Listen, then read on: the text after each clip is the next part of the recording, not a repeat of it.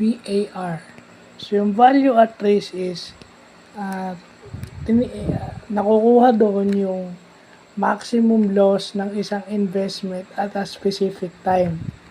So, kumbaga, tinitignan doon kung gaano kalaki ang mawawala sa isang investment value sa isang specific time. So, ibig sabihin, at risk yung posibleng mawala sa kanya.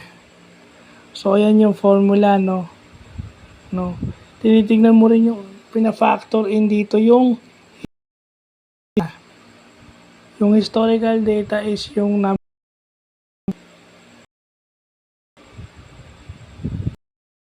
at yung VI is yung number ng variable isang araw. So, ibig sabihin, mga posibleng mangyari within the day, and then yung VI, yung VM is yung days kung saan kinuha yung data.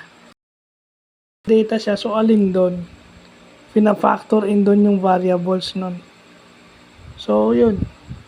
Kung ano yung mawawala sa at a specific time. Yun yung value at risk. So, ano yan part yan ng risk management. Tinitingnan din yan. So, yun lang po.